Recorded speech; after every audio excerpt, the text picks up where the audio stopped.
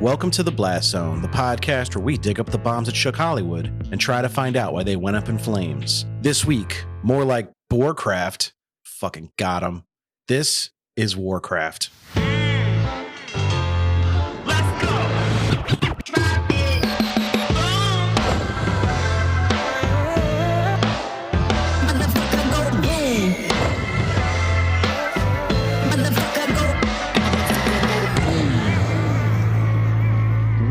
Welcome to The Blast Zone. Welcome to The Blast Zone. We are not a podcast about bad movies. We are a podcast about movies that did badly. That's right. I am Jon Drake, in-house film critic of my Letterboxd account. And I'm Ian Dukes. I'm a person with thoughts and feelings, and some of them are about movies. Movies like Warcraft, which we're talking about today. But before we get into that, Ian, how are you this week? I have a personal note. I am walking a tiny bit more, and I'm getting a tiny bit better at walking. It's like a diary entry from a 1-year-old. Yes. Tried walking today. Bumped my head on the coffee table. Try again tomorrow. In this case, not a coffee table. It's this big grassy hill, and I climb up it. It's very steep. Before I was totally gassed before getting to the top, and now I'm getting to the top, and then I'm totally gassed. So that's nice. Improvement. Baby steps. That's awesome. That's no small thing. Get out there, get some activity. I'm proud of you, buddy. Thank you. LA, is it a hilly area? I've never been. I've been to San Diego and San Francisco, and they're both quite hilly. Yeah, LA has a pretty big share of hills. It's got the Santa Monica Mountains that divide the valley from the downtown LA and Hollywood side of things. Some of it's flat, but I'm in one of the hilly parts. Good for physical fitness then, having a hilly area. It's nice. I also live in the mountains, but like the mountains of the Northeast, which are not quite as developed, like covered in trees and, mountainy stuff. And orcs? No orc attacks so far. They have not opened the portal into my realm. That's good. But we're getting ahead of ourselves, Ian. Did you happen to watch anything this week, non-Warcraft related, that you thought might be fun to share with the listeners? My watch this week was totally unrelated. I watched The Fabelmans, brand new Steven Spielberg movie. I kind of poo-pooed this thing when I heard a lot of people talking about it, like, oh, this is a surefire Oscar lock. I went, I don't know. I've seen some recent Indiana Jones movies. Ian's not impressed. But I changed my tune. I watched this movie and it totally won me over. Really heartwarming, emotional film. It's not perfect. I felt like it kind of stumbles in the third act. Some of the things that should have been really great wrap-ups to the storylines and got a little bit awkward where I thought they were going to get really good. But that's a small nitpick to this otherwise really good movie. The kid in it who plays Sammy Fabelman, the mini Spielberg character, Gabriel LaBelle, he's really good. The character is very smart, very thoughtful, but quiet. And so to project that intelligence without having that much to say, I thought was really good. Coincidentally, he played a young John Bernthal in the recent American Gigolo series on Showtime. He was really good in that. I didn't know his name then, and I didn't connect him, but really good young actor. And then Michelle Williams as the mom, and she just makes the movie soar. She plays this spiky personality who's hemmed in by being a mom and the smooth boundaries of her husband and kids around her, and she spikes up against them in this really interesting way. I highly recommend the movie. It's been on my list, but I've been, like you, a little lukewarm on Mr. Steven. While you were speaking, decided to look up his most recent films. So The Fabelmans, put a plug in any in-depth discussion you might want to have about it right now, because, spoiler alert, we can talk about that one in more depth if we want to. Yikes, okay. Made $20 million on a $40 million budget. Shoot. But if you had an inkling to talk about another Spielberg movie, we could talk about West Side Story too if you want, because that's bombed hard too. I forgot about that. I saw that. So that's his last two movies, pretty bad bombs. But at least The Fabelmans sounds, and a lot of people like West Side Story too. I didn't see it, but at least they sound like quality movies that just aren't connecting with the audiences. But before that, he did Ready Player One, which I don't like. Yeah. The Post, which I didn't like. Okay. The BFG, which was a bomb and I didn't like. Okay. Bridge of Spies, which I didn't like.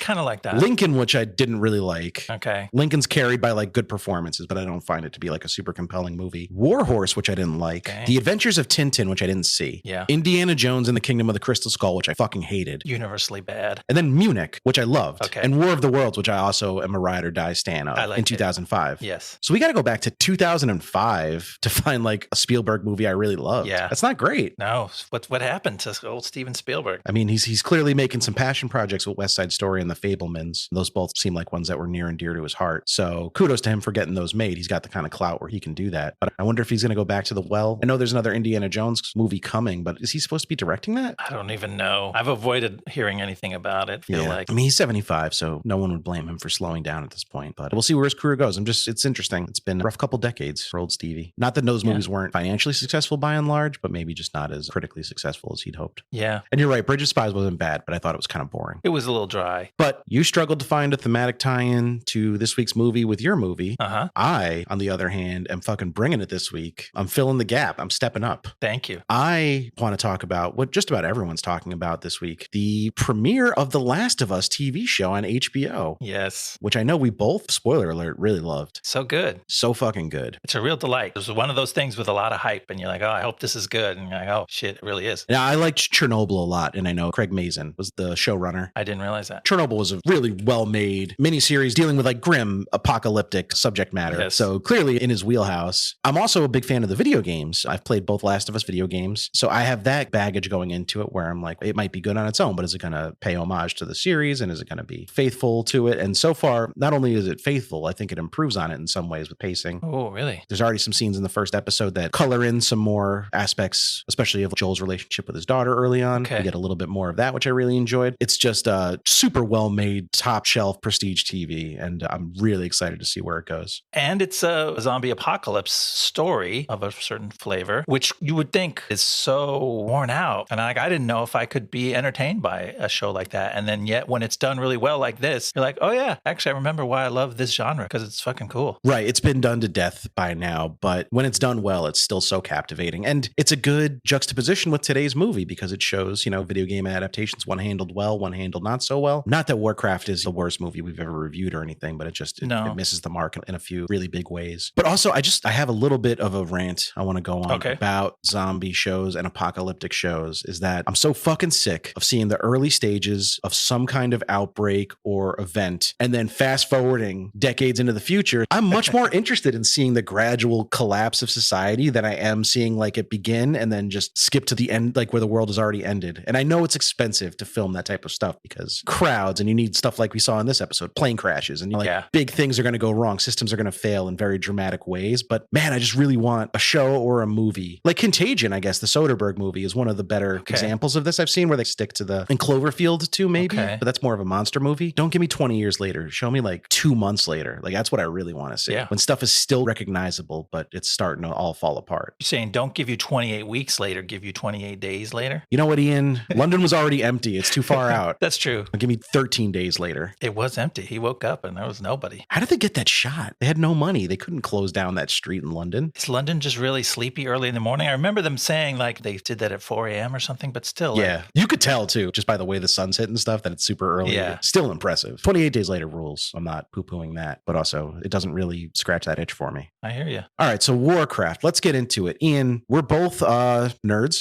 dorks, if you will. We've both partaken in the world of Azeroth in the past. You played WoW. I played WoW. For the uninitiated, that's World of Warcraft, the MMORPG, which was a massive phenomenon. So what was your relationship to this movie? It's relatively new. Were you still playing Warcraft when this came out? Had you already moved on? I had already moved on. This movie is relatively new, and I kept having to remind myself that because it feels like it's 10 years older than it is, right? There's a weird... Should have been made in 2006. It would have been a bigger hit. Exactly. Maybe that's why they took 10 years too long to produce it. But yeah, I do go back all the way to... I played one of the real-time strategy original Warcraft games because I remember getting guys to chop down trees and build forts and all that stuff that you used to do in that game too. And then I got into World of Warcraft, but not the most hardcore. I mean, it's a game that would suck everybody in and a very vicious kind of addiction. I had a relatively mild version of it. I was in that world for maybe 6 months or something. Then I got out. I joined one guild and went on like one raid, a weak little one. Wasn't nearly as hardcore as some people I knew. But then comes to this movie, and I guess at that point I didn't give a shit about Warcraft because I remember seeing the poster art. Can't remember what I might have heard about it in terms of reviews or buzz, but I guess I wasn't interested because it just passed me by. In a similar sense, I never played any of the RTS games. RTS games are a little cerebral for my big dumb head, but I don't buy that, but they're their own thing. Yeah, it was just never a gameplay style that appealed to me, so I skipped those. But then when WoW came out, I had a group of friends. We literally had one friend's house with 3 or 4 PCs set up in one room, people on laptops, 2 desktops, and we would just play together for hours and hours. And we did that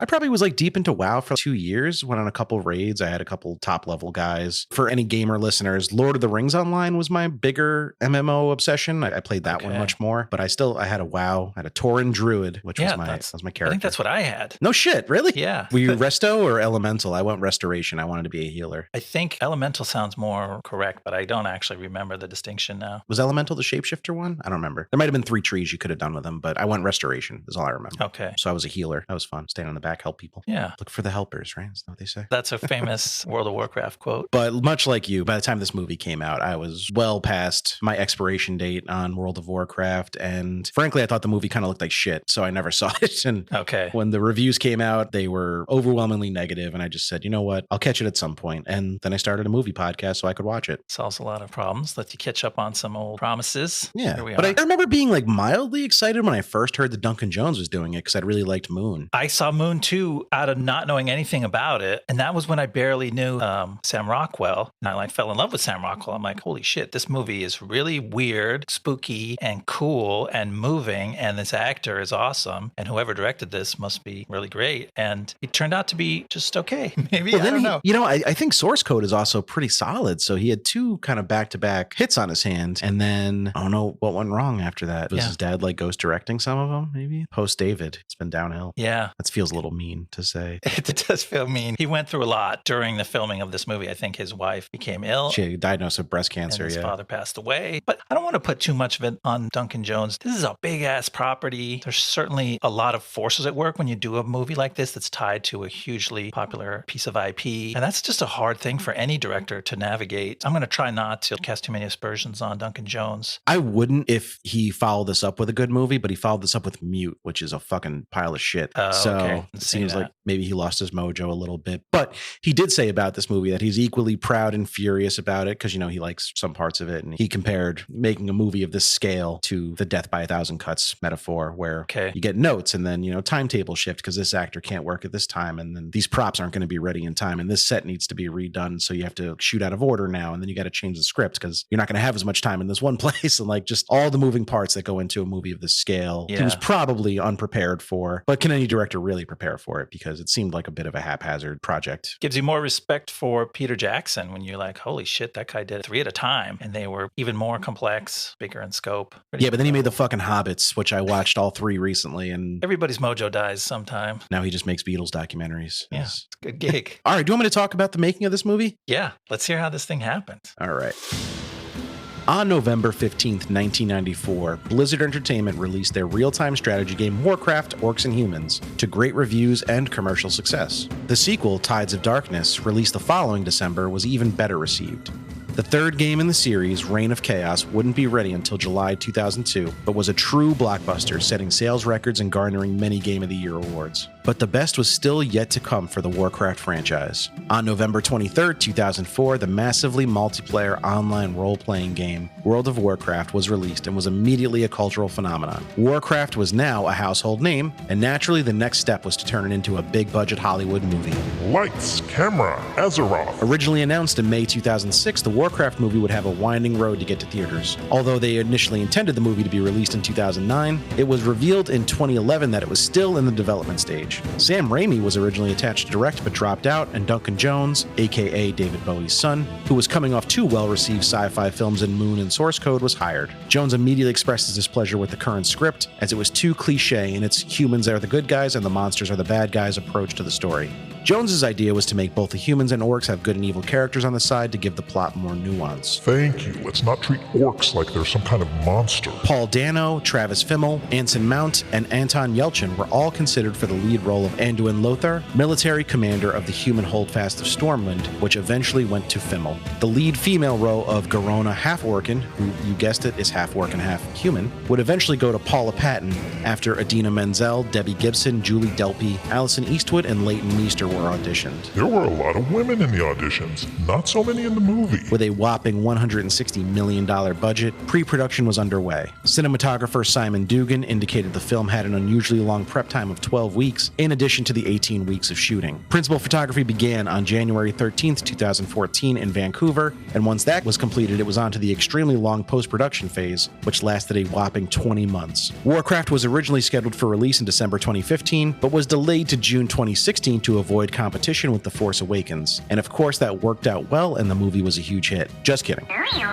Released on June 10th, 2016 to abysmal reviews and audience disinterest, the movie was an immediately obvious bomb, earning only $47.4 million domestically before limping out of theaters. It was helped by its worldwide gross, specifically in China, and eventually would become the highest-grossing video game movie of all time with $433 million. But the massive budget, combined with an ambitious advertising campaign, meant that there was still an insufficient amount to break even, as it lost about $40 million for the studio and is mostly forgotten only 6 years later.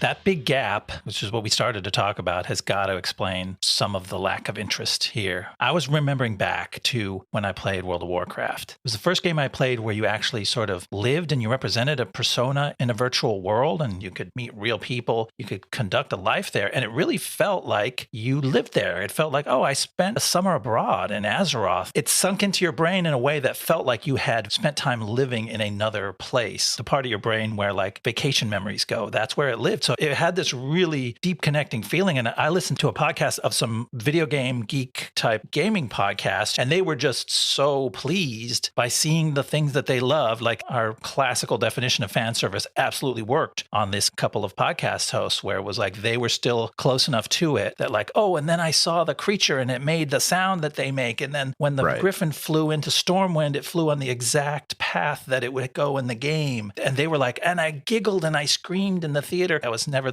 more happy in my life. And I'm like, yeah, that should have worked on a certain amount of people, but maybe it was too late. Like for us, it was too late. Yeah, 2016 is bananas for a Warcraft movie because Hearthstone is the only like new Warcraft property, which is just a card game. Also, I don't think was the massive hit that the earlier games were. And also, yeah, it came out in 2014. So the Warcraft IP was well past its apex when this movie came out. And it feels like they had the right idea by trying to start this whole process in 2006. Maybe if this movie does get released in 2009, it's got a better shot at connecting. But World of Warcraft is still going strong. I still know people who play it. Actually, our friend Jeff, who was a guest on this podcast back in the day. Yeah. He's still an active World of Warcraft player. And there's quite a big player base, but it's certainly not what it was. To throw $160 million at this project in 2016 just feels ill-advised. So it's an interesting movie because there is a lot of fan service in it. But for me, in particular, a lot of that was lost on me because I had forgotten the references that they were quoting. They didn't stop there, though. So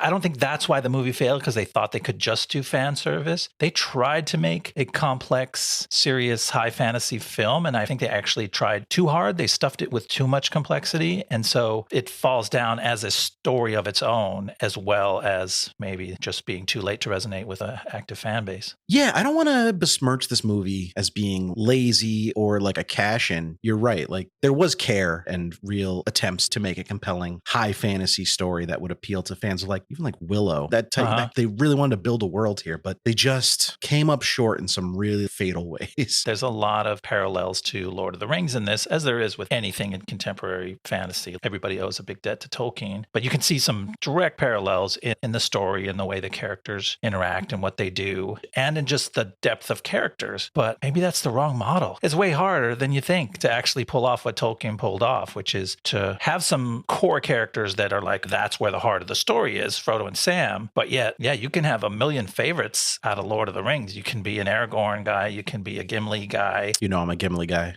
You can be a Gandalf guy and get a ton of satisfaction. And this movie tried to give you that. Oh, you can like Garona, you can like Lothar, you can like the young wizard kid, whatever his name was. You just like, named the only two characters, well, and Medivh. But yeah, there's 3 characters I can name in this movie, and I watched it almost 3 times all the way through. But it tries to give you that big, broad, sprawling cast, and it's too much. That's too hard to do. It just fell flat. I think it's also, there's a little bit of, Warcraft was clearly inspired by Lord of the Rings. The video game series was the kind of the setting, the language used, a lot of it was ripped from there. But you're going from a book to a video game there, which are different mediums. But then by the time this movie came out, we'd already gotten the Lord of the Rings movies. And I know the Bakshi movies were out in like the 70s and 80s, but that's not the same. No. It's easy for a video game to borrow from a book and not feel derivative. But by the time the movie came out, we had 6 big budget movies movie set in the Lord of the Rings universe. Yeah. So this all feels very familiar to moviegoers now, even if it seemed fresh to video game players in 1994. You got to the party too late. Yeah, and like those first 3 games had some story, but a video game like that, because it was a strategy game, not even a role-playing game, the original 3 games, they don't need a story. They had something of a story, but a video game needs a premise. There are humans. It's a world of humans, and the orcs are invading, and they fight. Okay, I get, and you can add a little color with, this is the head of the humans, this is the evil wizard. But you don't need a story, because you can't have a story. There's no hero. Like, you're the hero when you're playing the original Warcraft, and you're the hero of your own story when you're playing World of Warcraft, one of hundreds of thousands online at any moment. But like a movie needs a real story, and everyone knows this is a weird thing to adapt from video game to movie, except your example of The Last of Us was a standout video game because it had so much story, right? Like it had real story, it had prestige TV quality story and characters to it. But for this movie, they had to make them up. Yeah. Or flesh them out of stuff that had already been fleshed out by other people. I understand there was novels written, books written based on Warcraft lore. So there was some canon of stuff to draw from. But even that is like probably a mixed bag if you dig into that and try to figure out what to take away. Yeah, I never experimented with any of the Warcraft books, but like I read a lot of the Magic the Gathering books that were floating around at kind of the peak of Magic's popularity in the late 90s, early 2000s. And like you said, very mixed bag in quality. You had some really well-written stuff that could stand up against most fantasy or sci-fi, and then some stuff that was clearly just cash grabby and written by guys who were available.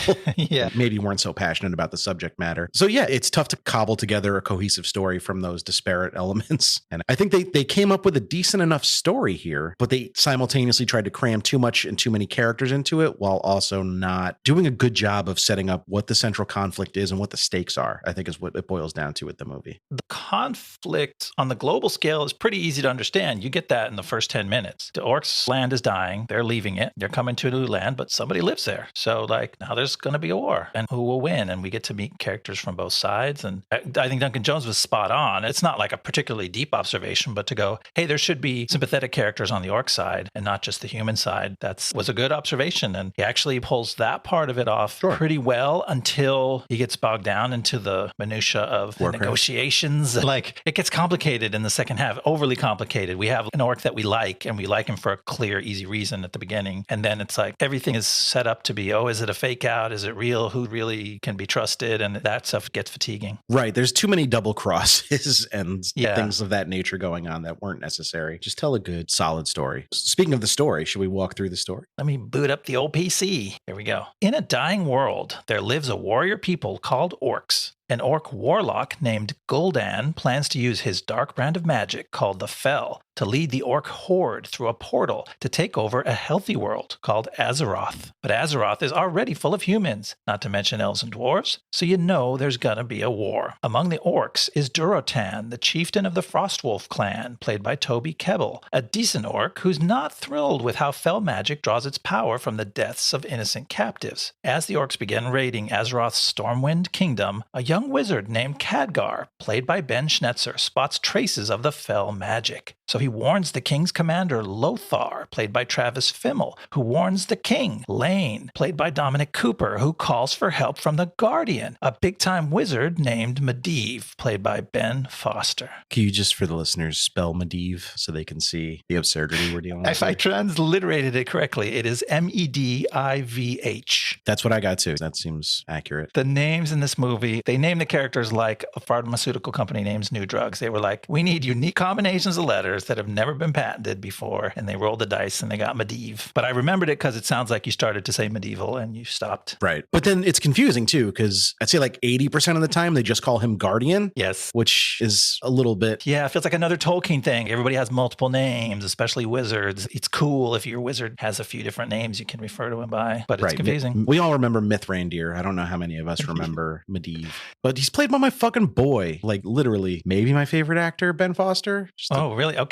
I knew he was right up there. He's got to be in the top 3. So I was excited to see him in this, and he's not bad in it, but he's doing a very muted performance because he's supposed to be omniscient and so exalted that it's not really worth him the energy expenditure to like emote is how his character seems to like perceive it. That's a good way to spin it. I agree with you. He's maybe the most compelling actor in this movie, and even with his great talent, he can't make this character fly. The character is confusing because it's doing too many things. He's kind of a wizard in the Gandalf mold, and that he does a lot of mysterious stuff and he loves to disappear and be cryptic. But then he has this loving relationship when he meets back up with Lothar and the king. They're like hugging each other like bros. So he has to transition between this warmth and this coldness, which, I mean, fucking Ian McKellen pulled it off as Gandalf. He was certainly warm to the hobbits and pretty icy at times, but it's kind of a jumble. And his wig doesn't look that good. It brings him down. I felt bad for Ben a little bit. I think part of why Gandalf worked is like it was in his characterization that he'd spent too much time mingling with men and hobbits, and it had softened him and removed that otherworldly, like celestial quality to him. But like Medivh he's trying to have it both ways. He's trying to have his cake and eat it too. He's this strange kind of cryptic figure, but also he's just like one of the guys. He wants to see his buddies. Now that you say that, Gandalf's power is more of a background scariness that he keeps under his cloak at the beginning, and then the motherfucker dies and is reborn. And of course, he's otherworldly and celestial and freaky after that. There's a good explanation for his various aspects. Yeah, that's just better writing. Yeah. And also, it takes more time and space than is in this movie. But in this movie, they tried to give you some of all that stuff. And it was too much stuff. My big idea for this is that there's too many heroes and we don't have time to like them all. Yeah, you compared it to the pilot episode of a big ensemble show, which I think is pretty apt. It does. And what makes it worse is it's a premise pilot, right? If you know that distinction, that at the end of the movie, it's like, and now our story begins. Get ready for the series, which just works against it in multiple ways because they can't bring things to a conclusion. They have to put people into a stasis of where you would expect a TV series to go, which is like problems aren't actually solved. They're just going to be ongoing, which is kind of unsatisfying in a movie. It's very true. The ending of this movie doesn't actually resolve anything. It begins the central conflict that will consume this world. Yeah, it resets like the end of an episodic TV show, which is frustrating for a movie. And they do the thing where they dramatically bring up the title card at the end of the movie too, which is another nod, I think, to them being like, stay tuned, there's more to come, but there wasn't. It is very unsatisfying. It's a very hollow feeling when this movie's over. And you don't realize how hollow it's going to be until the end because some weird moves happen at the end, which we'll get to when we get to the third act. But it definitely gave me that feeling of watching a series like, okay, it's a commitment. None of these characters is getting me very far and I'm having to learn a lot of people in a short time, but it's going to pay off because I'm going to watch the whole season. But like, this is it. There's no whole season. The orcs, I think, work better than the humans in this movie. I don't know if you agree, but I think the way the movie starts, it's smart to stick with the orcs a little bit and immediately get right into humanizing them. Yes. Not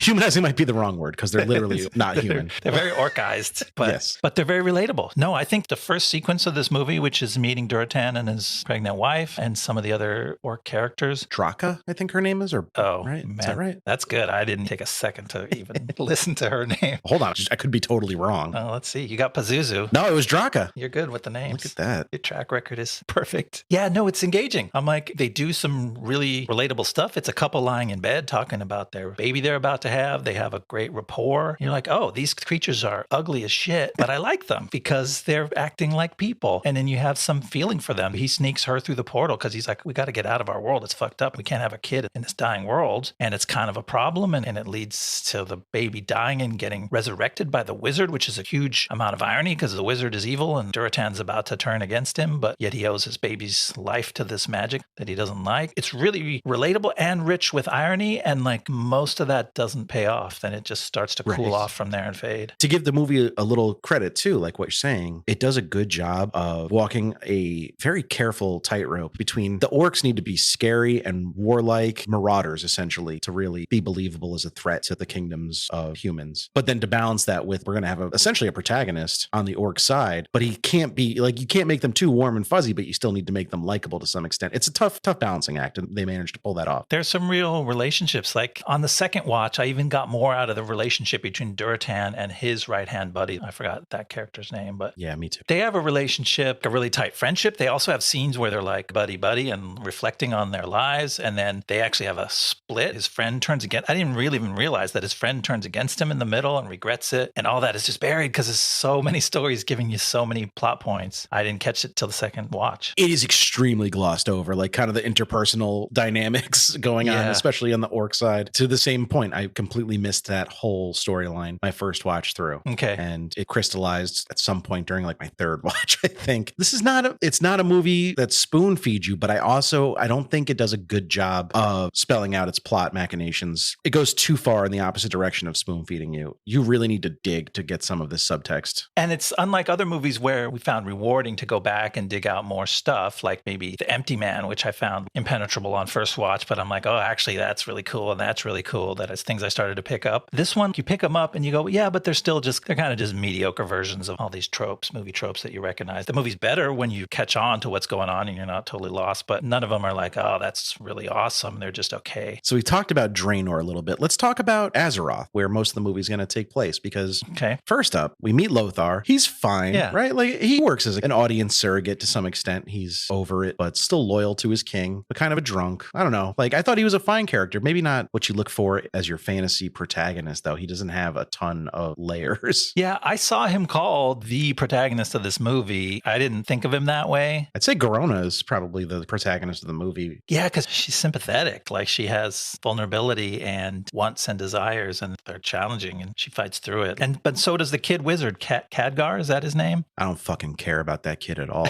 He's not very likable. I don't give a shit about that guy. I fucking hate that character. He did not need, like, you just said his name. I forgot he existed. You could cut him from this movie. It wouldn't matter. That's funny. I didn't know you had such strong feelings about him. Neither did I until I just was trying to be like, oh yeah, Khadgar. And I was like, you know what? Fuck that guy. But he has more story too, like you pointed out. He has stuff that Lothar doesn't have. Lothar has a stupid plot line about his son, but it's so generic and there's no feeling in it. But Khadgar, at least, who's quite annoying, has an obstacle. He has a dilemma. He's this outsider. He's trying to convince people of this problem. He has some skills. He's plucky. He gets stuff done. He has a lot of the attributes of a protagonist that some of the other characters don't have, Lothar in particular. Yes, he does. Actually, he's written like a protagonist, but something about, I don't want to blame the actor, that feels mean, but yeah, I just could not pay attention when he was on screen. My eyes glazed over. No, I get it. He's annoying. But speaking of eyes glazing over, when the king gets on screen, I'm like, fuck this king. I don't give a shit about this guy. I think the human casting is a big problem for me. Yeah. I like Dominic Cooper. I think he's a fine actor. I really enjoyed him in Preacher. Okay. He's wildly miscast as this king. He looks like a little kid playing dress up to me. We both had the same note that, like, the men in Stormwind are fucking young. Where's the old, wise leadership? The oldest guy is Ben Foster, and he's 35. And, like, the orc encampments and the orc battle scenes and everything feels appropriately epic and full because they're all CGI, and it's easier to copy paste a bunch of orcs and, like, oh, that's true. Put a tooth in the middle of his forehead or something. I don't give a shit. Like, just make him look a little different to the guy next to him, and we're fine. But then when you get to the human areas, like Stormwind, it feels like they're just shuffling the same 50 extras around, so it looks like a bigger group of people, but it feels sterile and empty. It feels like a film set and not a city. Yeah, I don't even feel like they tried to show that many people. It's just interiors of castles and wizard towers and stuff. Even later in the movie, when the king is like marching to war and he's going down the main thoroughfare of Stormwind, it's so obviously like an interior film set, and it's supposed to be this grand concourse in this huge kingdom. It's just they didn't quite spend enough time making those areas feel lived in. Like, the orc encampment felt realer to me, which is funny because it's all CGI. They did some good establishing shots of the orc stuff, I think on both sides of the portal. There's a good shot, which feels video gamey and not totally realistic, but yet satisfying. It's when Duratan and his buddy are looking over their new camp, and they're like, look what the fell magic does. Everything turns to shit. And you pans from, like, the green part right outside of camp, and then you pan towards the center of camp, and everything just turns brown and black. And they're like, yeah, fell fucks everything up. And, like, that was satisfying both in terms of we're explaining part of the story in a meaningful way, and it felt like, oh yes, this is cool video gamey stuff. Look at all the little orc huts and little shit they're working on. That was one of the Warcraft game payoff moments that I actually liked. That's true. The way the fell is treated, I think, is actually one of the more effective parts of the movie because it really reminds me of like a thing Tolkien would do, which is, I like to think of the fell as like a metaphor for industrialization. Like, it destroys nature and it grants you power, but it corrupts the user. That feels very Tolkien to me. It's not like a really far-reaching fantasy concept. Like, it's a pretty straight-ahead premise that we can all get at this point, but it works totally fine. It's kind of a trope for a reason.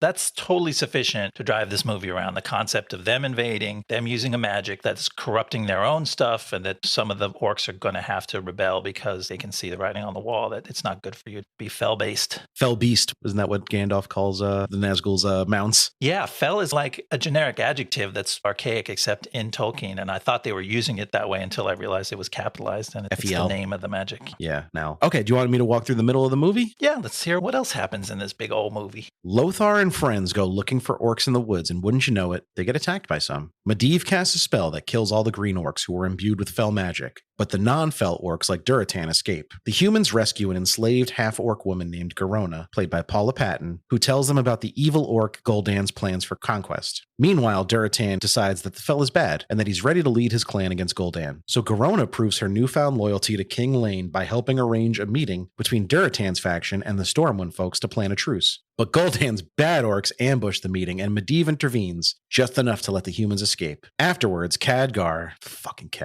suspects that Medivh is corrupted by the Fel, and he travels to meet with a group of elder mages who confirm his suspicions. Back at the Horde camp, Durotan is being held captive after his betrayal, but he challenges Gul'dan to a traditional hand-to-hand duel to the death. Gul'dan kills Durotan, but he weakens his standing with the orcs, who don't like the fact that he's cheated by using magic. You're not supposed to use magic, dude. No magic. Gul'dan goes through this thing where he keeps losing status by being a dick and cheating, but yet because, like we said, it's a premise pilot and they need him in the show as the ongoing big bad guy, like he never fully takes himself down. So it feels kind of like sitcom Jeopardy where like, oh, I fucked up, my mom's mad at me, and at the end of the show, I'm okay again. I'm still the Charles in charge. Right, like he's Kevin James, like forgetting to grab groceries on his way home from work, and exactly. The rest of the orcs are like Leah Remini, and they're like, I'll never leave you, but you sure do make me crazy. That's perfect. But yeah, like the orcs seem very big on tradition, and they have all these kind of rituals, and right. Gul'dan just fucking ignores them all, and they all get like pretty pissed about it, but they don't actually do anything about it. No, they're just like, it's kind of fucked up, man. And then they just carry on. I thought he was Clancy Brown, because I was like, Clancy Brown's in this movie? But then no, it's just the big guy who doesn't talk at all. The big monster looking dude. Is that the war chief? Is that who Clancy Brown is? Blackhand, the guy with the big freaky hand. I didn't quote him in the thing, but I came up with his name once in the third act. We'll mention it because there's one plot point where it seemed to be necessary, but he's one of those characters that's pretty much sidelined. It doesn't really matter. Why are you going to cast Clancy Brown to voice him, though? A guy who has one of the best voices working today. And a perfect orc voice. Yeah. He would have been great as like one of the more prominent orcs. He could have been a main for sure. He's got that growly like baritone. Yeah. I mean, Blackhand's like a cool looking character, but he's not the most verbose of orcs. Maybe he had like a killer monologue that got cut out. There was like 40 minutes cut apparently. Oh, okay. We're also never going to see it apparently, according to Duncan Jones. Oh, that's okay. I'm okay with that. So what'd you think of this orc battle? I made a note that it was exciting and the brutality was a little bit more thrilling than I expected. There's an orc who just fucking smashes a guy and it just pulverizes him with a big old hammer. And I'm like, oh, that was intense. I didn't expect that. Yeah, it does a good job of setting up like how much more physically dominant the orcs are than the humans. And it gives like a nice David and Goliath dynamic to the rest of their encounters. Mm-hmm. But it felt small to me again. It reminded me of the Dark Tower more than anything, where we were talking like all these huge battles that are supposed to be going on, but it's just two guys in a field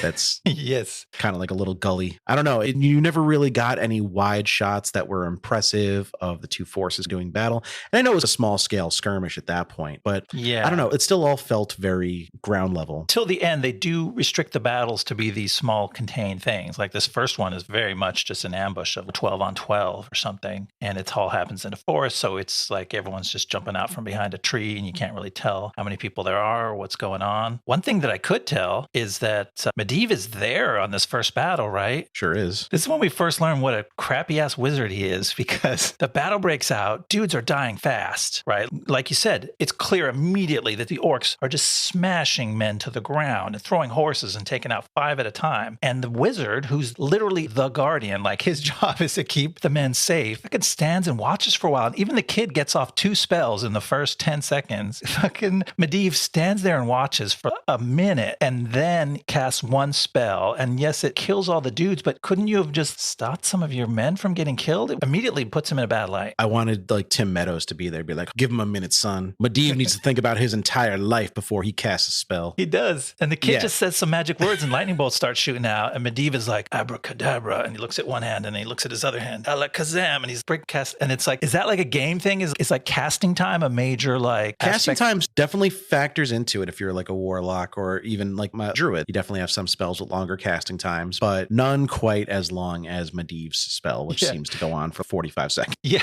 when you're the top level wizard, you should have some that you could cast right away. Some protection, some little magic missile, something. Right, but Medivh, spoiler alert, he's evil later, but he's not evil yet, right? He hasn't been corrupted by the Fel at this point, I don't think. And I think he really was trying his best, which is kind of discouraging for the world. He was, but it's confusing, and we'll get to it the next time. He definitely feels partially corrupted the second time he comes in, when he takes even longer to cast the spell. That's one of the points of the Medivh character that I think is really muddled, because I don't know what actually was corrupting him in the end. Was he evil or was he like possessed? They never really spell it out. I think he was more possessed than evil. I'm pretty sure he was possessed, but we never figured out exactly how or why. And the clues that point to it are so small and subtle. I started to pick some of them up in the second watch, and it's just almost not there. And he's also like petty with a little stupid kid. Bitch. He's kind of an asshole. This guy sucks. He's so petty, because as soon as another wizard shows up who's clearly not trying to take his place, he's like, oh, you want to be the guardian? Oh, am I not the guardian anymore? Or you're the guardian now? You're going to be the guardian? You're so cool. And it's like, dude, have some self-confidence. Why are you acting like this? This kid's like 15 and he already renounced his vows. He left whatever little order. He's not even trying to be a wizard. He's quit the gig. Although I guess by the end, he probably has to be the new guardian, because we'll cross that bridge when we get to it. Okay. And then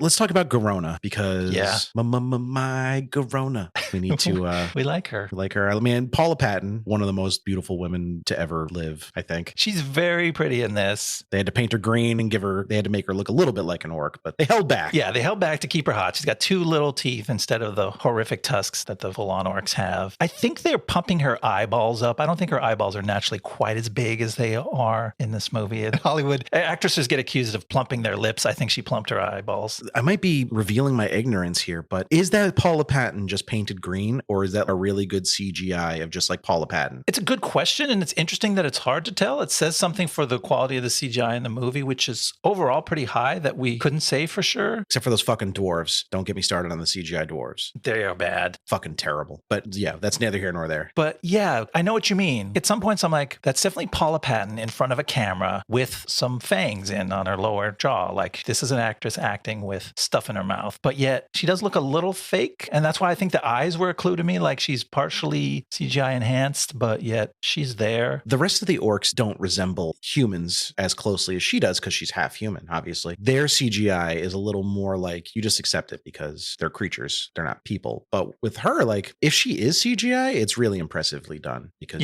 she blends pretty seamlessly into the backgrounds, which is always a tell for me when CGI is not done well. Overall, it's good. And the orcs they went to town, especially the hero orcs. Man, there's scenes that are just like all about the skin texture of these dudes, and their hairs are catching the sunlight. And it's kind of too much for me at times. I'm like, I don't need to see that much naked orc skin. Hope this doesn't awaken anything in me.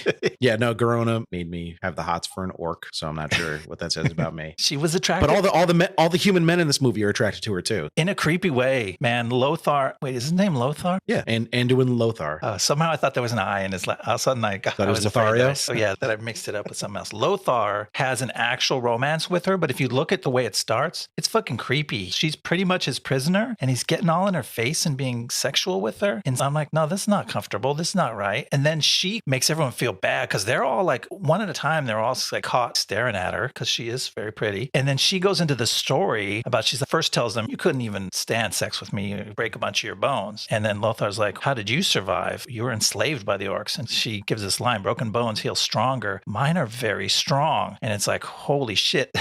She's been through some awful shit. And even Lothar actually says, I'm sorry. Like, he is a dude who just got put in his place. He looks chastised. Yeah. Like he's like a strangely bleak line reading. Like you really feel it. And they try bleak stuff a few times in this movie, but because it's CGI and because a lot of it's light and moves fast, I appreciate like a fantasy movie that goes dark and gets bleak and has some plot points that are like, oh, that was fucked up. This plot point is, but they throw you for a loop, because that's not what the movie looks and feels like for most of the time, I thought. Right. It feels incongruous with the tone they've established. But overall, I think Garona is one of the storylines that worked for me. Except when we get to the end of her story in this movie, I have some qualms, some quibbles, if you will. Yes, but we'll have to talk about that. It's weird. Up until then, I think, she gets a good arc. She's believable. Her conflict is understandable and makes a lot of sense. Sympathetic. It's pretty good. But could there have been a movie that was simpler, that was just her and maybe Duratan? Keep a couple characters more centered and just let some of that fluff fade away so we could focus on people we cared about. Yeah, get rid of the little guy, whatever his name is. Cadbury? Yeah. Khadgar's egg. All right. We have the second battle we should talk about. The second battle. It's an ambush. Duratan and the king, and they set it up. Everybody's super suspicious on both sides, and it's a little bit overwrought with the amount of, is he going to backstab me and who's going to backstab who? And then, like we said, said, it turns out that Durotan's friend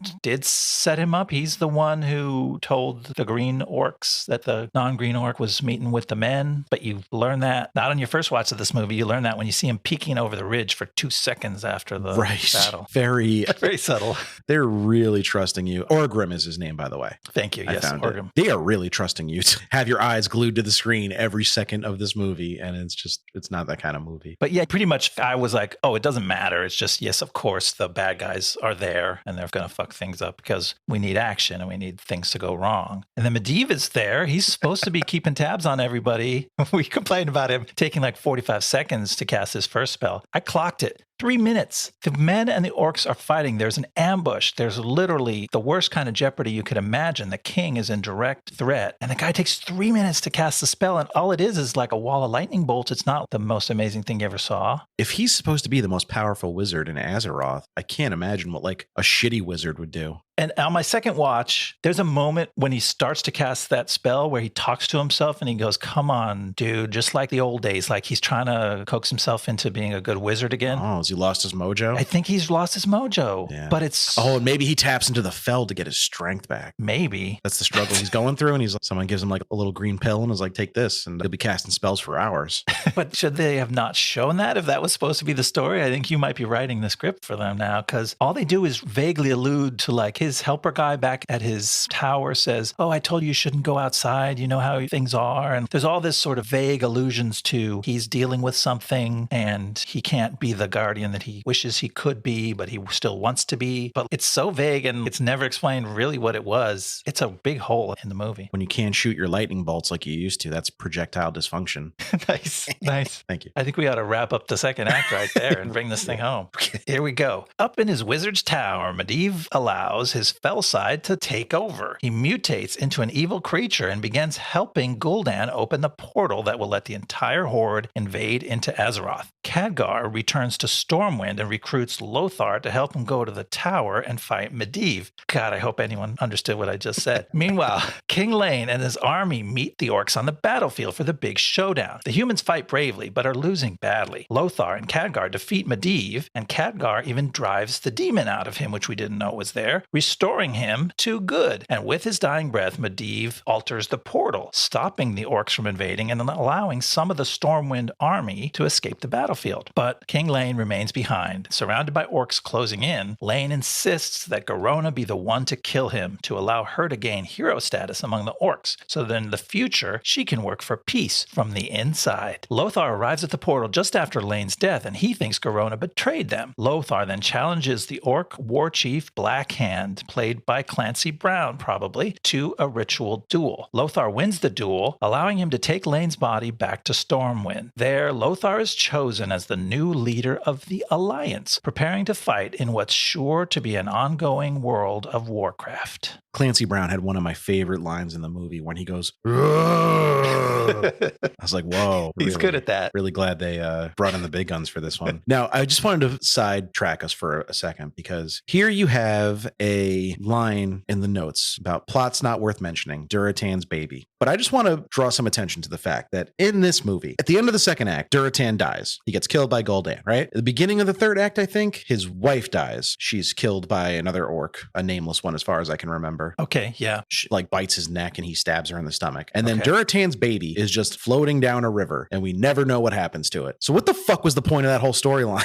You're going to find out. You got to watch the series, buddy. New episodes drop every Sunday night on HBO Max. They don't even show the baby like arriving, washing up on a beach somewhere, and maybe a human finds it and is like, I'll raise it to be a person and see what happens. But no, it's still floating as far as we know. That video game podcast that I listened to a part of, they knew who that baby was. And they're like, oh yeah, that's the baby that grows up to be the important guy later. Well, whoop-de-fucking-do, but we don't know that. No, we don't know anything. It's totally meaningless, except that it's like this allusion to Moses, because it's a baby in a little basket that's pushed off into the reeds down this river. So I guess the Pharaoh's going to pick him up. Is that what happens in the Bible? I don't know. It's been a while since I've cracked up on the Bible. But yeah, I just wanted to draw some attention to how the Durotan storyline is basically rendered completely unimportant by the end of the movie. He gives his life to undermine Gul'dan, the bad wizard. But like we said, Gul'dan survives, and also to save his baby. But his baby just trickles off screen down a stream. They could have given us one scene of the baby just like washing up somewhere and being okay. But no. Yeah. There's like a scene in this, I think it's in the early part of this section of the movie where they're just like sitting around a big table strategizing about how they're going to fight the orcs. And it goes on for so long and is so inconsequential. It feels like they just shoehorned it in there because the movie's named Warcraft and they needed some strategy war element to justify naming the movie that. They had those little hexagonal tile maps. That showed up a couple times. And I'm like, yeah, that feels like that they're trying to evoke some video game type of thing. But that scene is like 8 minutes long of them just sitting around talking, and Medivh wants to do one thing and Lothar wants to do another, and they get mad at each other. That's the other purpose of that scene, plot-wise, is to get Lothar on the outs with the king. So he ends up in a prison cell in the king's dungeon, and then Khadgar brings him out, and they go to fight Medivh. So it's this thing where you're like alienating the hero from his king, except I never thought he was the hero of the movie, but it's a lot of work to create one of those low points where, oh no, the hero is now on the outs with the king. He's even locked away in a jail cell. How are we ever going to defeat the bad guys? Lothar's being a fucking dickhead during that whole scene where he's yelling at the king. And even the king is kind of just like, I'm sorry, man, but you're being a dick. We're going to have to lock. Like, it's not like they're really on the outs. He's like, why don't you just go fucking sleep it off? You know, Okay. like he's not mad at him. But I see what, like, that's what they were going for, but they pulled back a little too much to really sell it as a low point. Yeah. It was a Lothar point. It was a Lothar point. But then Khadgar turns the guard into a sheep, which was a nod to the game again. Oh, is that a game thing? I didn't. And then he remember says that. it lasts for about a minute, which I thought was also about as long as that would last in the game. Oh, okay. That's kind of funny if you knew that. And it still works if you don't. Like, that's one scene I didn't have a problem with. It's funny. Yeah. The movie could use some levity at times. That big fight with Medivh feels totally like, why are we here? What's going on? He's gone totally evil. He turns into kind of a creature. Yeah. If they fight his golem, it's just like, yeah, I know you have to have this fight and it has to be going on simultaneous with the big battle because that's the way these movie plots work out. But it wasn't very fun and it wasn't very rewarding because, like we said, we still didn't understand. They kick his ass and then for a second as he's dying, he's good Medivh again. And he's like, oh, I wish I could help. Nami, try to help one more time before I die. Right. He opens the portal to Stormwind and keeps it open for a little while, but it drains him of his last energy and he dies. Sorry, Ben. Sorry, Ben. You're not going to be in the sequel. So now we got to talk about Garona because my big problem with her storyline is in this section. Yes. Where King Lane says, hey, the humans are losing this fight. Why don't you kill me? And then you'll be like a big hero to the orcs. And then you can convince them to coexist with humans and not fight us. The long game. You got to play the long game when you're the king, even if it means dying. That works fine, I guess, as a concept. It's not like a very exciting ending, though, because you're like, wow, they laid the groundwork that might resolve this conflict in 5 to 10 years. It's not exactly what you're looking for in your fantasy movie resolution. But also the way she kills him, it's not like they square up and they fight. He just turns around and puts his arms out like Jesus, and she just stabs him in the back of the neck. Yeah. If another orc saw that, and other orcs do see that happen because they know she's the one who killed him, why would they be like, wow, what a great warrior? He gave himself up. Like, yeah, they should have dueled. And also they have a fucking like 5-minute conversation in the middle of this huge battle and neither of them get attacked. They're just sitting there talking to each other while you could see in the background just chaos, hammers and arrows and swords being flung everywhere. And like everyone, like you said,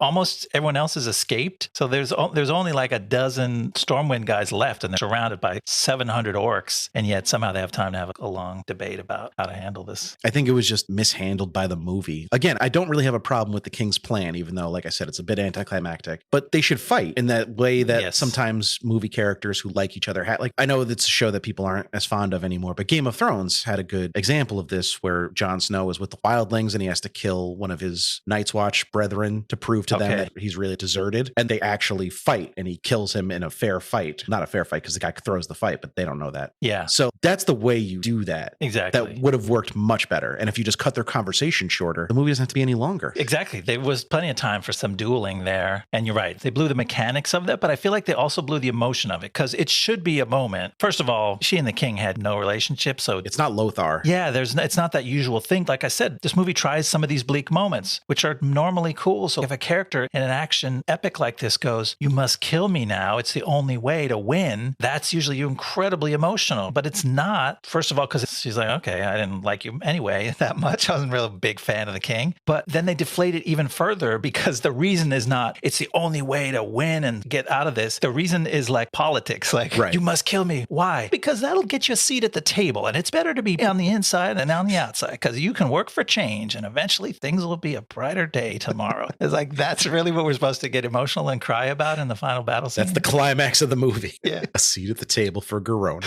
Yeah. Yeah. It's just kind of a silly movie at the end, and it reminds you of that. Also, no one gives a shit about King Lane. More like King Lame. Got him again. You roasted this movie pretty badly. I don't think it's going to recover.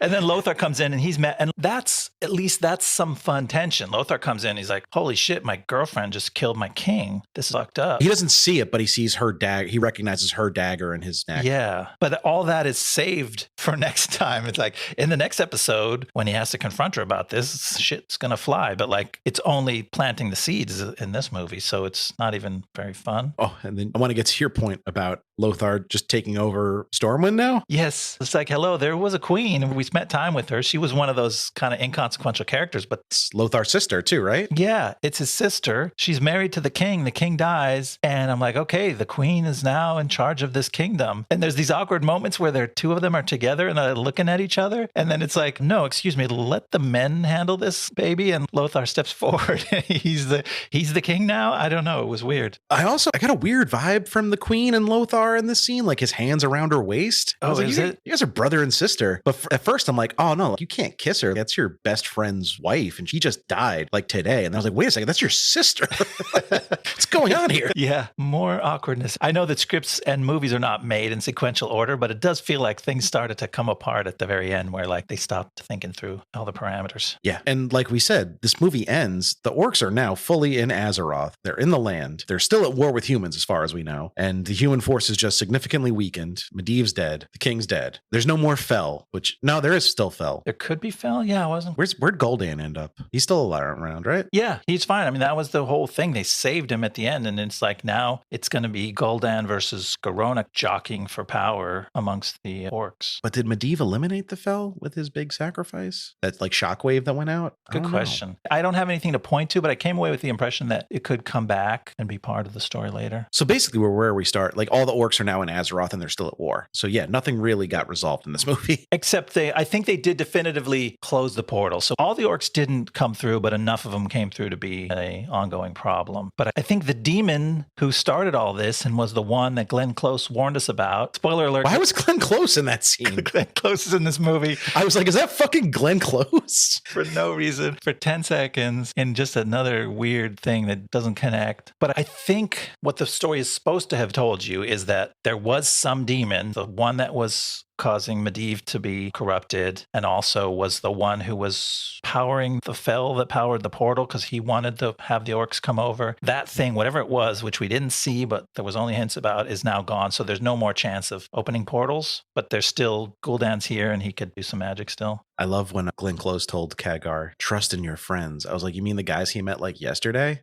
Yes. Like, they're his friends now? That, yeah. What a corny ass line. Yeah, does she literally, I wrote down, remember the power of friendship. Did she literally say that line? I can't remember. She said, trust in your friends, I think, okay, was the actual line. But still, first of all, I don't think he's friends with any of these people. Maybe Lothar by the end, but that's it. And they met like literally a few days ago. And I wrote down that she had green eyes too. And I'm like, is that supposed to be another like thing to throw us off the trail and complicate the story? Are we supposed to suspect monkey business? I didn't care at that point. I don't remember her having green eyes, but I trust your memory. I don't know. I was so confused by the end of this thing. That's Warcraft. That's what it does to you. We got through this story. It's a lot of names, a lot of words that aren't in the Bible in this synopsis. Yes. Sorry, Blastoids, if we wore you down the way we were worn down by them. Do you want to hear a little bit about some of the people involved in the making of this movie went? Yeah, I assume they disappeared through a portal. Kinda. So this, like we said, Duncan Jones, this was his third movie. His first was Moon. Moon, I thought it was a bigger hit than it was. It didn't really make any money, but it was a big critical hit. Yes. And it was only cost like $10 million,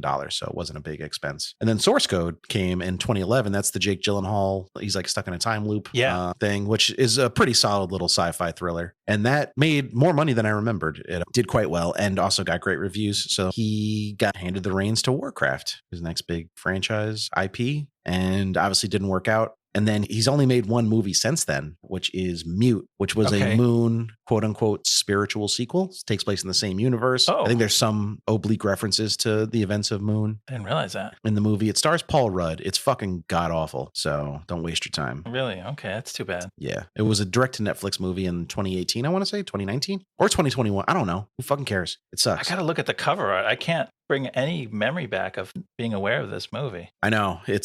I remember when it came out because I was like Still a bit of a Moon fanboy. I still am, but now I just have lower hopes for the next Duncan Jones project. You look up the poster? Yeah, Alexander Skarsgård, Paul Rudd, Justin Theroux. Like, that's quite a cast. We love those guys. Great cast. Yeah, all three. Friends of the show. Yeah. It drew unfavorable comparisons to Blade Runner from many critics. You hate that. Criticism for its pacing, plot, and mishandled subject matter. What else is there? I didn't like the pacing and the plot and the subject matter, so you didn't like the movie. Poster was okay. Oh, but I do see here Sam Rockwell as Sam Bell, uncredited cameo. He does pop up in the movie. Oh, interesting. See, that's too bad that's not good because that would be really neat. I saw it and I don't remember him popping up at all. It must be really brief. Okay. So there has not been any new Duncan Jones project on the horizon since. He talked about directing an adaptation of Rogue Trooper, who was a character from 2000 AD comics. Okay. But there has not been any news about that since pre-COVID. Like July 2019, I think was the last thing I heard about that. He might be in director jail a little bit. Yeah, I wonder if he'll get out. I feel like he's not a hopeless case. There's plenty of other directors who are way more mediocre, or at least their high points that we think they can achieve are not nearly as high as this guy's high points were. So maybe he can get back there. One thing I've been really unclear about, and it feels like it'd be an easy thing to look up, but I've just never thought to. Are there more or less movies being made today than like 20 years ago? In some ways, it feels like more because of streaming, and in some ways, it feels like less just because so few movies get released to theaters. I wonder what the net is, because I feel like it's got to be more overall. Like, movies have gotten easier to make, just the way like records have become easier to produce. So there's like more bands that can exist. There's got to be more filmmakers worldwide, at least, that can exist and make something that qualifies as films. But it's just harder to pay attention. There's so many things that just, we each have half dozen streaming services at least that we could log on to, and movies come and go by. Like this one, Mute, went by, and I thought I was a guy who like checked the Netflix queue pretty frequently and looked for interesting things to click on, and yet there was one that I didn't know existed. Yeah, it does feel like once stuff comes out, if it doesn't catch on to a certain degree, it just disappears into the ether forever now. Yeah. Which maybe that was always the case, but it just feels more prominent. Anyway, so Jones also worked on the script, which makes sense because he was so famously unhappy with the original draft. And he worked on it with Charles Levitt, longtime screenwriter. He's written some garbage like K-Pax, Kevin Spacey as an alien. Yeah, I never tried that. It's not good. Seventh Son, which was some fantasy movie from like 2015 that somehow made $140 million. I think it might have been popular overseas. But also he's written stuff like Blood Diamond and Those Who Wish Me Dead, which were two movies that I enjoyed. Okay. And he also wrote Future Episode in the Heart of the Sea, which is the true story of Moby Dick. Yeah, that's a fun, I read the book. That's a fun adaptation to work on. Yeah, I don't hate that movie. Okay. I watched it. It's not terrible, but it was a bomb, obviously. We will talk about it at some point. Travis Fimmel was best known for Vikings, the show on the History Channel, which is weird that there was a scripted popular show on the History Channel, but there was for many years. Yes. Did you check it out? Were you a Vikings guy? I never really checked it out. I think I might have tried to turn one on, but like the idea of it, I just didn't get hooked into it. Same. I tried a couple times and I couldn't quite get into it, and I eventually gave up on it. But I got my Vikings fix with Assassin's Creed Valhalla. I was like, I don't need to watch the show now. Yes, I regret never playing that one, but I would probably go there first. It does everything the show does, but better, in my opinion. And then he was also in Raised by Wolves, which was an HBO Max series that got very good reviews, but has since been deleted from HBO Max for tax reasons, I guess, because we live in hell. Yeah, that's fucked up. Especially if you had HBO Max and you saw how hard they plugged that show. Like, I watched it because they would shove it in your face every time you logged on for months there. And I watched it. It was really weird. It was conceptual sci-fi that was disturbing and strange in the like old-timey Ray Bradbury way. And it was pretty cool to see that done in this day and age. And I remember his face from it. I don't remember that much about the character, but once I learned that was him, I'm like, oh yeah, that's why his face looks familiar to me. But I had a good impression of him from that, and it's a shame. I don't know if he was the guy to carry this movie. We're going to go through the rest of the actors, but it's weird that Ben Foster was the biggest name, because and everyone else, the credits tend to be TV credits. We're going to get to them one at a time, but yeah, the budget didn't go into the cast here, but that could work. There weren't a ton of huge movie stars in Lord of the Rings at the time. Viggo wasn't exactly a household name. No, he was like legit as a serious like character guy, cool movie actor, but yeah, not as an action hero.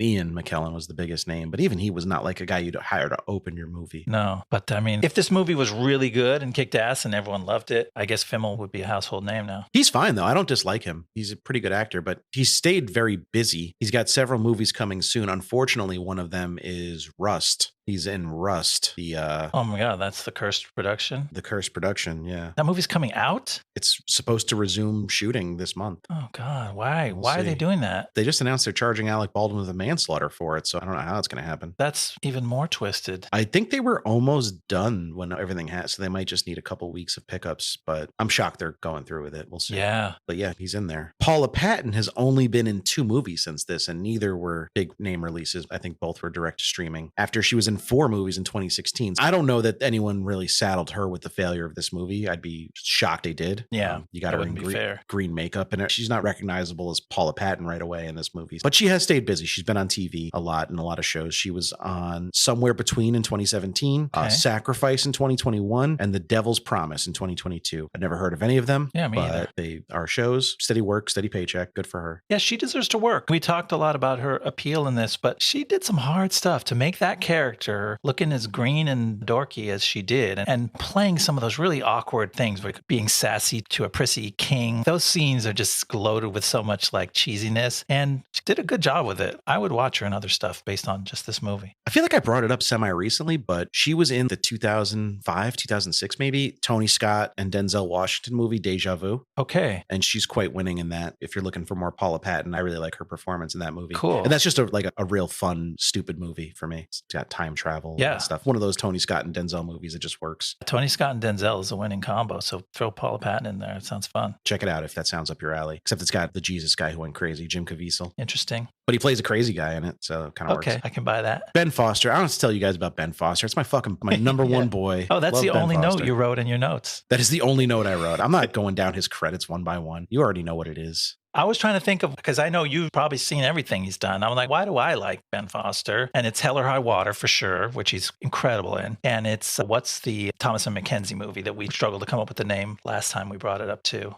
He's the dad in the woods. Oh, Leave No Trace. Leave No Trace. Thank you. Yes. Good movie. Great fucking movie. He was also in Galveston. Okay. Where he's playing like a wild man in the Hell or High Water mold, but much more melancholy and reserved. The first time I remember him standing out to me in a movie and just being like, who the fuck is that guy? Is weirdly enough Alpha Dog. Okay. Which was the based on a true story, Anton Yelchin, Emil Hirsch movie where these kind of like rich kid drug dealers kidnap a kid because Ben Foster owes them money and they kidnap his little brother. And it was based on a true story. And he's just fucking like, that movie does not deserve the Anton Yelchin and Ben Foster performances it got because it's just such a kind of stupid pulpy movie. But man, they fucking kill it. Wow. Are you looking it up? So do you recommend it? Not sure I do. What to take away from that. Should I watch that to see that mark that Ben Foster made on you? Yes, I would recommend Alpha Dog to people just because it's like I said, it's a silly little movie to some degree, but it is based on a true story, which gives it a little more gravitas than you'd expect. And the performances are just so much better than the movie deserves. And actually, it's got like an early Amanda Seyfried performance too. Like it's got a really stacked cast. So there's worse ways to spend a couple hours. I saw it in the theaters actually. Cool. You said you weren't going to talk about him. I coaxed you into giving a whole dissertation about Alpha Dog, so now I'm going to have to watch it. He also fucking rocks in 3:10 to Yuma. I've been meaning to go back and watch that one. He's great in 30 Days of Night. Like, I mean, he just Pandorum, which we'll be covering hopefully next Blastober. He never misses. Ben Foster, one of our finest working actors. Dominic Cooper, like I mentioned, most popular for Preacher as the titular preacher. Okay. But he was also in a spaghetti Western miniseries that aired on AMC Plus called That Dirty Black Bag. I've never heard of it. Sounds interesting. Yeah. Never heard of it. But Travis Fimmel also appeared in it. I think it's like kind of an anthology where it switches cast and story every episode or two. So you might get 2 episodes of Dominic Cooper and then, but I'm curious. I might check it out if I can track it down somewhere. Was he Tony Stark's dad in the Marvel Universe? Is that Dominic Cooper? Maybe when he's younger, looks like him. Yeah, I think I read that, and I know it's John Slattery when he gets older. That makes sense. Yeah, he is. He does play Howard Stark, a young Howard Stark. I don't know.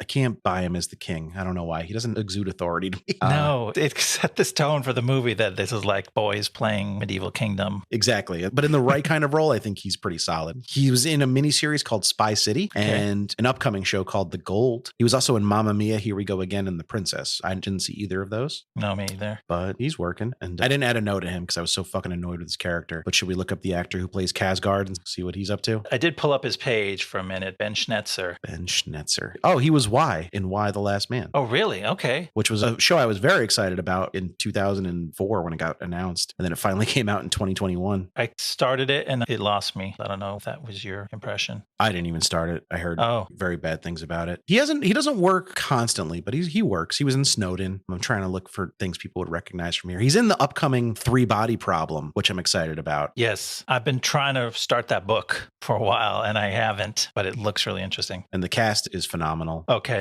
Yeah, it's got Eiza Gonzalez, who was great in Ambulance and Baby Driver. Yes. Benedict Wong, who we love from the Doctor Strange movies. Liam Cunningham and John Bradley, both veterans of Game of Thrones. You know what? Maybe when I said the cast is stellar, I was being a little hyperbolic. The cast looks okay. It looks intriguing. Oh, and it's a Benioff and Weiss thing. Oh, that makes sense for the Game of Thrones crossover. They're casting some of their boys. I'll check out anything Eiza Gonzalez does right now, though, because she hasn't missed for me yet. I'm excited to see what she does here. Forward to that one for a lot of reasons now. I forgot she was in Godzilla vs. Kong. I wonder if she's going to be in the next one. All right. That's everything I've got. Did you have anything else about Warcraft you want to bring up? I had a note. I was going to try to excuse the filmmakers for this thing because it's close enough to being a movie that does everything that it tries to do, where I feel like once you're in close and you're working on a thing like this, you're like, oh yeah, we're doing it. We wrote the smart dialogue. We got all the characters. We got all the wild plot points. We got the bleak turns of story, and then it just falls flat. That's what I think happened. We're hesitant to just totally throw this movie out with the bathwater, if that's where you watch your movies, but it just didn't work. But it could still be a little fun to watch just for the visuals and the action. I don't know. I'm not mad at this movie. It didn't piss me off. It just made me a little sad because it had something cooking. It had the bones of something good. Yeah. And it just couldn't quite figure it out. Just little decisions sank this movie. Death by 1,000 cuts, like what Duncan said. Makes sense now. I'd be remiss not to mention that there was announced a new Warcraft movie is being planned. Really? Yeah. In September of 2020, it was announced that Legendary is working on it. There has not been any new news that I can see. There's also no clarification on if it is going to just be a standalone thing or if it will tie into this somehow. My gut tells me that it will be a new thing completely because this movie didn't do very well, especially not in America. That would be a lot of people to round up if you think about how big the cast of characters was. To go, we're getting the cast back together. Could you pull that off? Fortunately or unfortunately, none of them really turned into huge stars. That's true. You probably could get them all. You probably could get them all with some money. A couple weeks each. It's doable. Who knows? Like I said, I didn't hate this movie. I'll check out a new one. Even if it is a continuation of this one, I'll give it a chance. I'll stream it. I'm not going to go pay a lot of money for it, but I'll be curious. Next week's episode, you know what it is already because we talked about it before we started. We had to do some reshuffling. There's some intrigue here because I was going to come in today having already checked the schedule and being like, I'm ready. You can't surprise me this time. And then you're like, that movie that was on the schedule, we need to swap it. So I'm starting over. What are we doing? We are doing the 1999 techno thriller Swordfish. Okay. The Hugh Jackman, John Travolta, Halle Berry extravaganza. I loved this movie when it first came out. Really? So I'm very intrigued to see if it holds up. Another one I saw in theaters. It's gonna be fun to watch because if I know one thing about this movie, it's that the computer stuff will make 0 sense and it'll be goofy fun. This is a movie with a bunch of hacker tropes in it that are just horribly bad. I literally think Hugh Jackman types a bunch of stuff real fast and then says, I'm in. I hope he says I'm in. Unironically. Please say I'm in. We're gonna give him huge points if he does that. Hacker man. More like Hugh Hackman. Giving away all the jokes from next week. Don't give it all away. Keep a few in the tank. Thank you guys so much for listening. Please remember to rate, review, subscribe to the pod. Follow us on Twitter at BlastZonePod. Add us or DM us any questions, suggestions, feedback. You can also email us if you're not on Twitter. We're at BlastZonePod@gmail.com. We love hearing from you. Unfiltered mailbox. You can send anything to it. All right, take it easy. I'm the one who checks that mailbox. Oh, sorry. So I get carried away. Nothing lewd, please. Now you threw me all off. We'll see you next time in the Blast Zone. See you next time in the Blast Zone. The Blast Zone.